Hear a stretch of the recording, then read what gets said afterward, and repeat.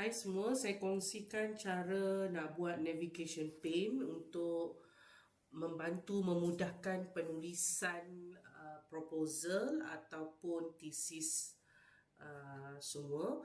Okey, mula-mula misalnya kita type dahulu tajuk heading. Okey, contohnya pendahuluan. Okey, katakan yang seterusnya ialah tinjauan literatur. Okey, inilah tajuk heading yang besar. Okey, jadi apa yang kita perlu buat ialah kita setkan sebagai heading 1. Okey, katakan kita tak nak heading utama ini berwarna biru. Kita boleh setkan auto update, di mana kita right click pada heading. Okey, kita modify. Kita ubah warna di sinilah.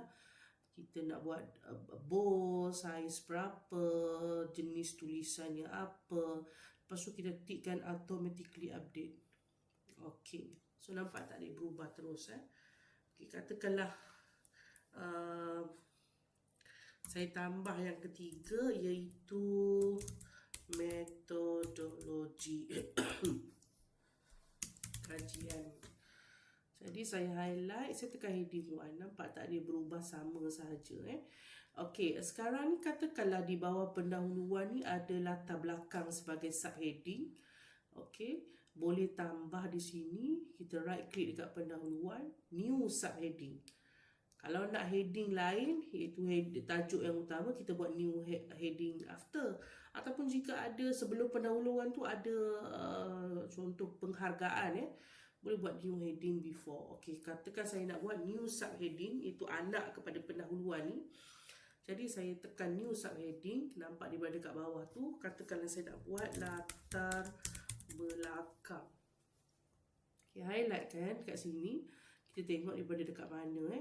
Kalau tengok, nampak tak dia auto pergi ke heading kedua. Okey, kita tak naklah latar belakang tu warna biru, sama juga yang tadi. Kita modify, kita set ke warna hitam, black, size berapa yang kita nak dan jenis tulisan. Kemudian kita tekan automatically update, tik dekat situ, kita tekan OK. Okey, so kita test. Tadi latar belakang, nampak tak dia ada macam jarak dekat sini.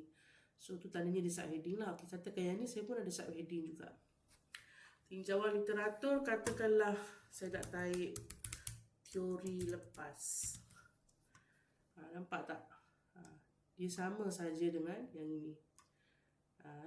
Nanti boleh edit sendirilah. Ni edit macam saya cakap tadi, pergi modify dan edit apa yang kita nak lah.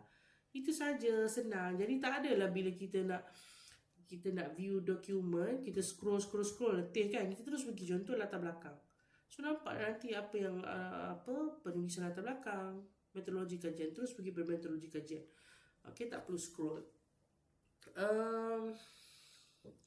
Katakanlah bila kita buka dokumen kita, navigation pane ni tak wujud. Jangan risau, kita pergi dekat view, kita tik navigation pane. So dia akan keluar baliklah dekat situ.